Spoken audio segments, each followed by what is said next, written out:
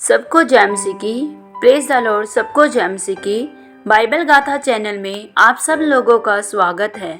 मेरे प्यारे भाई बहनों, आज हम प्रभु की वाणी बाइबल के वचनों से जानेंगे कि हमें घमंड क्यों नहीं करना चाहिए।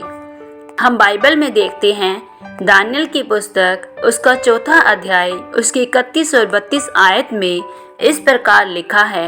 यह वचन राजा के मुंह से निकलने भी न पाया था कि आकाशवाणी हुई, हे राजा नबूकदनेस्सर, तेरे विषय में यह आज्ञा निकलती है, राज्य तेरे हाथ से निकल गया और तू मनुष्य के बीच से निकाला जाएगा और मैदान के पशुओं के संग रहेगा और बैलों के समान घास चरेगा और 7 काल तुझ पर बीतेंगे जब तक कि तू न जान ले कि परम प्रधान मनुष्य के राज्य में प्रभुता करता है और जिसे चाहे वह उसे दे देता है। मेरे प्यारे भाई बहनों, क्या आप जानते हैं मैं शब्द सिर्फ परमेश्वर के लिए इस्तेमाल होता है। मैं सिर्फ परमेश्वर का स्थान है, यानी आपकी जिंदगी में सबसे पहला स्थान परमेश्वर का होना चाहिए। जब यह स्थान आप अपनी आशीष को या किसी और को दे देते हैं तो आपके अंदर घमंड आ जाता है, फिर आप गिरते हैं। और बाइबल में लिखा है कि नाश होने से पहले मनुष्य के मन में घमंड और महिमा पाने से पहले नम्रता आती है।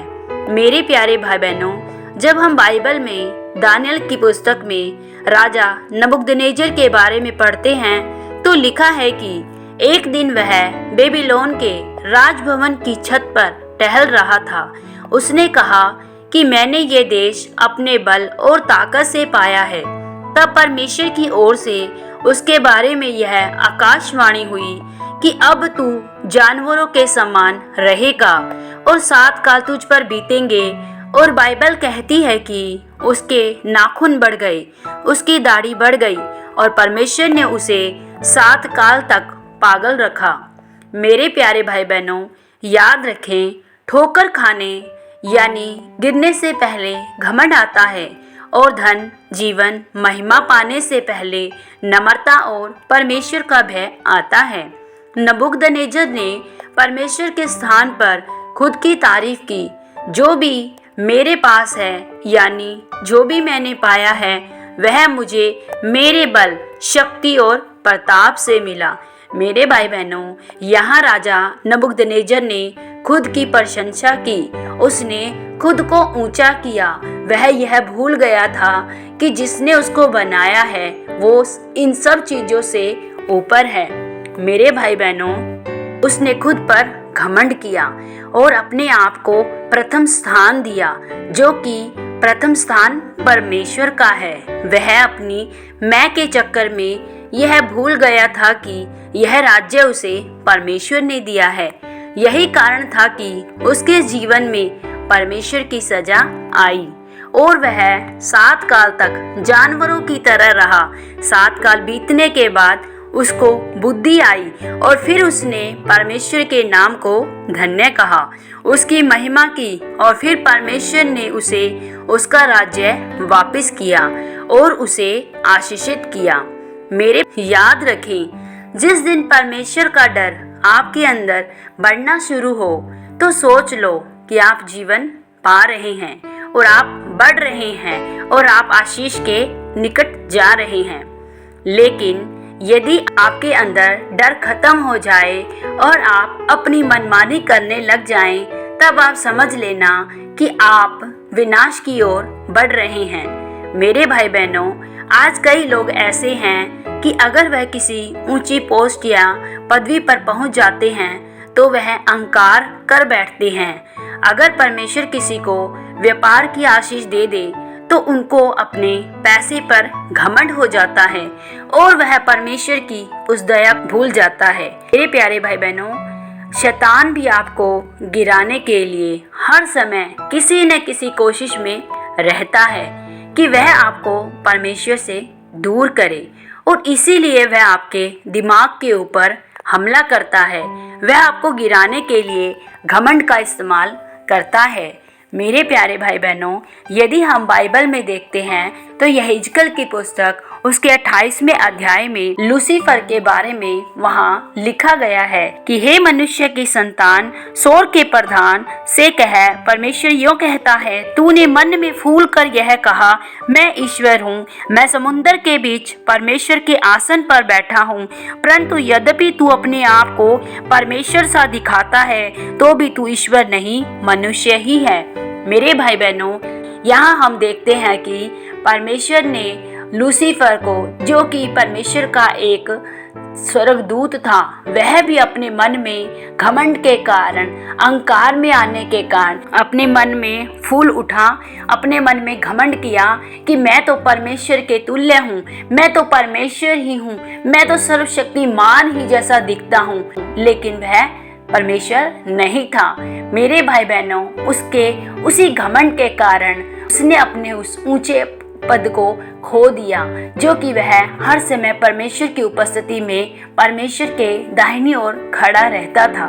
मेरे भाई बहनों, कई बार हमारे जीवन में भी ऐसा ही होता है। हमारे जीवन में परमेश्वर हमें बहुत कुछ देते हैं, बहुत सी ऐसी आशीषें जो हमें परमेश्वर से मिलती हैं, लेकिन हम अपने घमंड में आने के कारण, अहंकार में आने के कारण परमेश्वर की उस दी हुई आशीष को भूलकर अपने आप को ही बड़ा बनाते हैं कि यह सब मैंने अपनी मेहनत से पाया, मैंने अपनी मेहनत से ही पूरा कारोबार मैंने खड़ा किया, मैंने अपना बंगला बनाया, मैंने गाड़ी बनाई, मैंने ये किया, मैंने वो किया। ये सब बातें हमें परमेश्वर से दूर कर देती है और हमारे गिरने का कारण ठहरती है। जैसे कि यहाँ उस स्वर्गदूत का परमेश्वर के स्वर्ग से गिरने का मुख्य कारण था, क्योंकि वह भी अपने मन में घमंड कर बैठा था। मेरे भाई बहनों, याद रखें, जो शैतान खुद घमंड के कारण गिराया गया, वही शैतान आज समस्त मनुष्य जाति को, खास करके परमेश्वर के लोगों को परमेश्वर से दूर करने के लिए, परमेश्वर के साथ की संगति को तोड़ने के लिए मनुष्य के अंदर घमंड को पैदा करता है, मनुष्य के अंदर मैं को लेकर आता है, ताकि वह भी परमेश्वर से दूर होने पाए और परमेश्वर की उस योजना को पूरी ना करने पाए। मेरे प्यारे भाई बहनों, चाहे परमेश्वर आपको कितना भी आशीषित कर दे, लेकिन कभी भी घमंड ना करें, कभी भी परमेश्वर को नीचा ना करें, क्योंकि सिर्फ एकमात्र परमेश्वर ही है जो आपको ऊंचा और आशीषित करने की सामर्थ्य रखता है।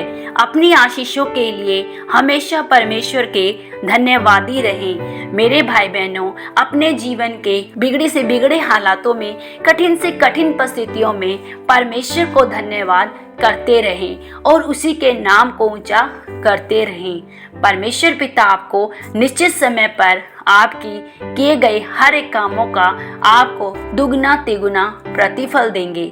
मेरे भाई बहनों, जब आप अपने जीवन की हर एक छोटी बड़ी, हर एक मुश्किल से मुश्किल, कठिन से कठिन परिस्थितियों में प्रभु को महिमा देते हैं, प्रभु को धन्यवाद देते हैं, तो यह आपके लिए एक नम्रता को लेकर आता है और आपके रिश्ते को परमेश्वर के साथ गहरा करता है।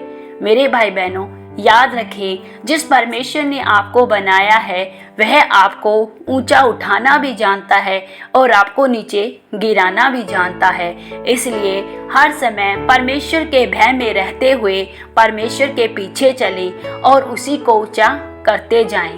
प्रभु आप सबको इन वचनों के द्वारा बहुतायत से आशीष और बरकत दे। सबको जय मसीह।